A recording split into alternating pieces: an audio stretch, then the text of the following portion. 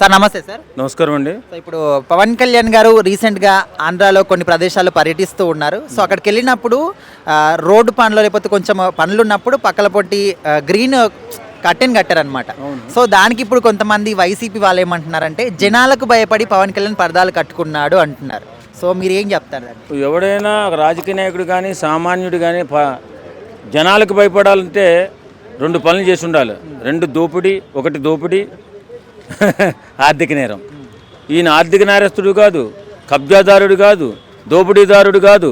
అలాంటప్పుడు పరదాలు కట్టుకునే అవసరం ఏముంది? తాత్కాలికంగా అక్కడ రోడ్డు ఏదో వర్క్ జరుగుతుంటే కట్టారు. ఆ పర్యటనకు వచ్చాడు, సరే అందరూ వెళ్తుపోతున్నారు. ఆయనకి ఏం అవసరం అండి? నిజంగా మాట్లాడుకుందాం. ఇప్పుడున్నటువంటి రాజకీయ నాయకుల్లో ఒక స్వచ్ఛమైన రాజకీయ నాయకుడు ఎవరున్నారు? ఎలాంటి కేసులు లేని రాజకీయ నాయకుడు ఎవరున్నారు? పవన్ కళ్యాణ్. ఆర్థిక నేరస్తులు, దొంగలు, దోపిడీదారులు, కబ్జాదారులు, కూనీకోర్లు ఉన్నటువంటి ఈ రాజకీయ వ్యవస్థలో ఒక అద్భుతమైన ఆణిముత్యం లాంటి వ్యక్తి పవన్ కళ్యాణ్ గారు వస్తే ఆయనకు కూడా చెడు ఆపాదించాలని ప్రయత్నం చేయడం, అతను కూడా భయపడుతున్నాడు అన్నట్టుగా చిత్రీకరించడం. రే సన్నాసులారా, మీరేంటి, మీ కథ ఏంటి, మీరు చేసిన పనులేంటి అన్నీ ఒకసారి వెనక తిరిగి చూసుకోండి. పవన్ కళ్యాణ్ అంటే ఆయన ఎవరు? ఆయన సంపాదించిన దాంట్లో 50% పేద ప్రజల కోసం వెచ్చించినటువంటి వ్యక్తి ఎవడు లేడు. ఇప్పుడు రాజకీయ నాయకులు అంతా కనీసం 100 కోట్లు 1000 కోట్లు దుబ్బేసిన దొంగలు కూడా 1 లక్ష రూపాయలు ఇవ్వడానికి ఏడుస్తున్న తరుణంలో కష్టార్జితాన్ని 24 అవర్స్ 24 గంటలు రాత్రనక పగలనక కష్టపడి చెమటొచ్చిన డబ్బుల్ని పేద ప్రజలు బాగుండాలని వాళ్ళ కోసం ఖర్చు పెడుతున్నటువంటి దేవుడు పవన్ కళ్యాణ్ పట్టుకుని పవన్ కళ్యాణ్ భయపడ్డా?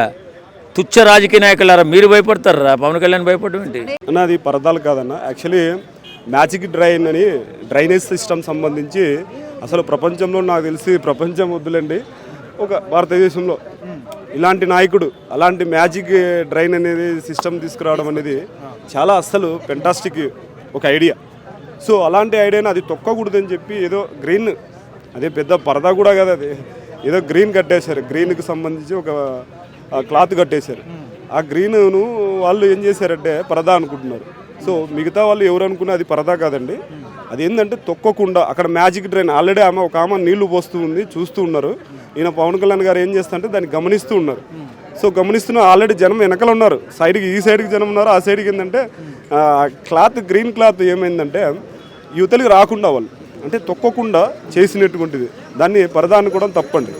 అంటే గతంలో జగన్మోహన్ రెడ్డి గారి విషయంలో కూడా చాలా మంది మీరు పరదాలు కట్టుకొని వచ్చాడని మీరు ఎగతాళి చేశారు కదా, ఇప్పుడు మీదేంటి అని చెప్పేసి. అదే ఇప్పుడే కదా నా చెప్పింది, అది పరదా కాదు, గ్రీన్ కి సంబంధించి గ్రీన్ మ్యాట్. అది గ్రీన్ ఏంటంటే యువతలు దాటుకోకుండా, యువతలు తొక్కకుండా, అది దాన్ని అదేంటంటే మ్యాజిక్ డ్రైన్ తొక్కకుండా గలీజ్ చేయకుండా ఆల్రెడీ దాన్ని ఏంటంటే ఇంప్లిమెంటేషన్ చేసినారు.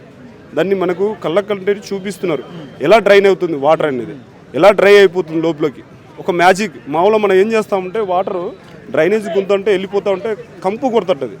సో అలాంటి వాటర్ను గలీజ్ చేయకుండా ఇంప్లిమెంటేషన్ చేయడానికి అది దాన్ని ఏం చేశాడంటే ఒక డ్రై చేశాడు, రాళ్ళు వేసి బాగా మంచిగా వేసి ఒక మ్యాజిక్ డ్రై మంచిగా చేశాడు. సూపర్. మరి అంటే ఇట్లా చిన్న చిన్న విషయాల్ని కూడా అర్థం చేసుకోకుండా ఎందుకు ఇట్లా ప్రతి దాన్ని పవన్ కళ్యాణ్ గారి విషయంలోనే పాయింట్అవుట్ చేస్తున్నారు అనుకోవచ్చు. ఇప్పుడు పవన్ కళ్యాణ్ గారు ఎవరికి అన్యాయం చేయకుండా తనకు తాను పని చేసుకుంటూ ఎక్కడ ఏందనేది అభివృద్ధి పనుల్లో మునిగి తేలుతున్న అతను ఇలాంటి కామెంట్స్ రావడం కామన్ అండి. ఇప్పుడు ఎవరైనా కానీ కష్టపడుతున్న వానికి ఏదో ఒక పుల్ల పెడతారు, అడ్డం వేస్తారు. సో అలా అడ్డం వేస్తున్నారు, ఏం చేయలేము దానికి. సో పవన్ కళ్యాణ్ తన పని తాను చేసుకుంటూ వెళ్తున్నారు. ఇంకోటి ఏంటంటే కొత్త సిస్టమేటిక్ తీసుకొస్తున్నారు. సో ఎవరైనా కానీ మీకు ఒక విషయం చెప్తాను, ప్రపంచంలో మొట్టమొదటిసారిగా దాదాపు 23,900 గ్రామాల్లో ఏకదాటిగా ప్రజలు అదే సభను నడపడం అనేది పవన్ కళ్యాణ్కి సాధ్యం. ఇంకోటి ఇట్లాంటి మ్యాజిక్ డ్రైనేజ్ అనే సిస్టమ్ తీసుకురావడం అనేది పవన్ కళ్యాణ్కి సాధ్యం. సో ఇక్కడ నేను ఏమంటున్నా అంటే పవన్ కళ్యాణ్ గారి మీద వచ్చే కామెంట్స్ అన్నీ ఒక బూడిదలు వచ్చే పన్నీర్లాగా మనం చూసుకోవాలి తప్ప ఏమనకూడదు. సో ఇంకోటి ఏంటంటే గాలికి వదిలేయాలి. ఎప్పుడు చూసినా పవన్ కళ్యాణ్ మీద నెగిటివ్ కామెంట్స్ వస్తూ ఉంటాయి. పని చేసుకుంటూ వాళ్ళు ఇప్పుడు పవన్ కళ్యాణ్ ఒక మాట అన్నాడు, నేను పని చేసుకుంటూ వెళ్తున్న వాడిని, నేను మిగతా వాడిని కామెంట్స్ పట్టించుకుంటే నేనేమైపోతానని చెప్పి గమ్ముగా తన పని తాను చేసుకుంటూ వెళ్తున్నాడు. అదేం లేదు బ్రదర్, యాజ్ ఎ డిప్యూటీ సీఎంగా అతను వర్క్ అతను నిర్వర్తించాలి, అతను ప్రజల వద్దకి వెళ్ళాలి, వాళ్ళ సమస్యలు తెలుసుకోవాలి.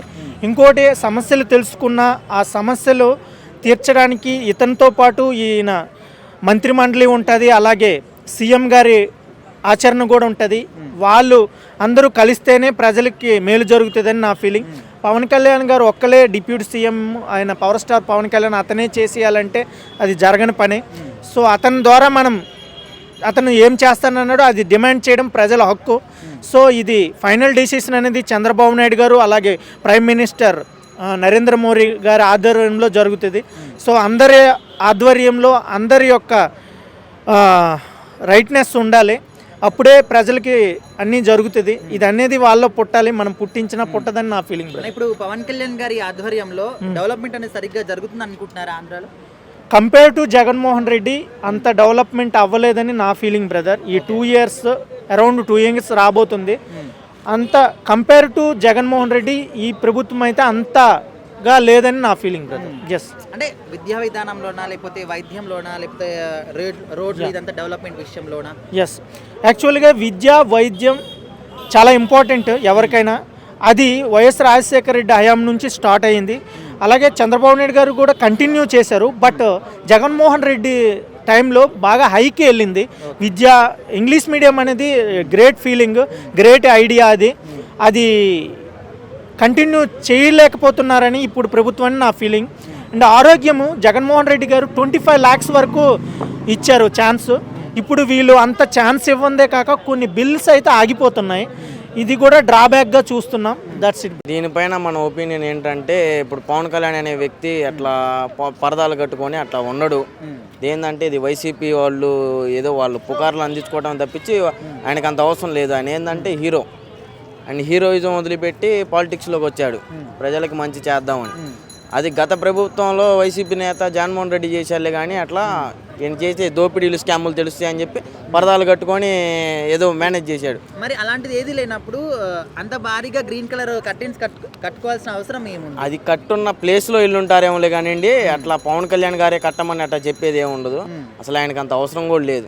ఇప్పుడు కూటమి ప్రభుత్వం వచ్చిన తర్వాత మినిమం అభివృద్ధి జరుగుతుంది మొత్తం. గత ప్రభుత్వం కన్నా ఈ ప్రభుత్వంలో ఇంకా బాగా అభివృద్ధి. గతంలో జగన్మోహన్ రెడ్డి గారు కూడా అట్లా వెళ్ళినప్పుడు సేమ్ ఇదే విధంగా ఉంటే కూడా పరదాలు కట్టుకున్నాడు అని చెప్పి ఆయన కూడా చాలా మంది అన్నారు కదా, మరి దాన్ని ఏమంటారు?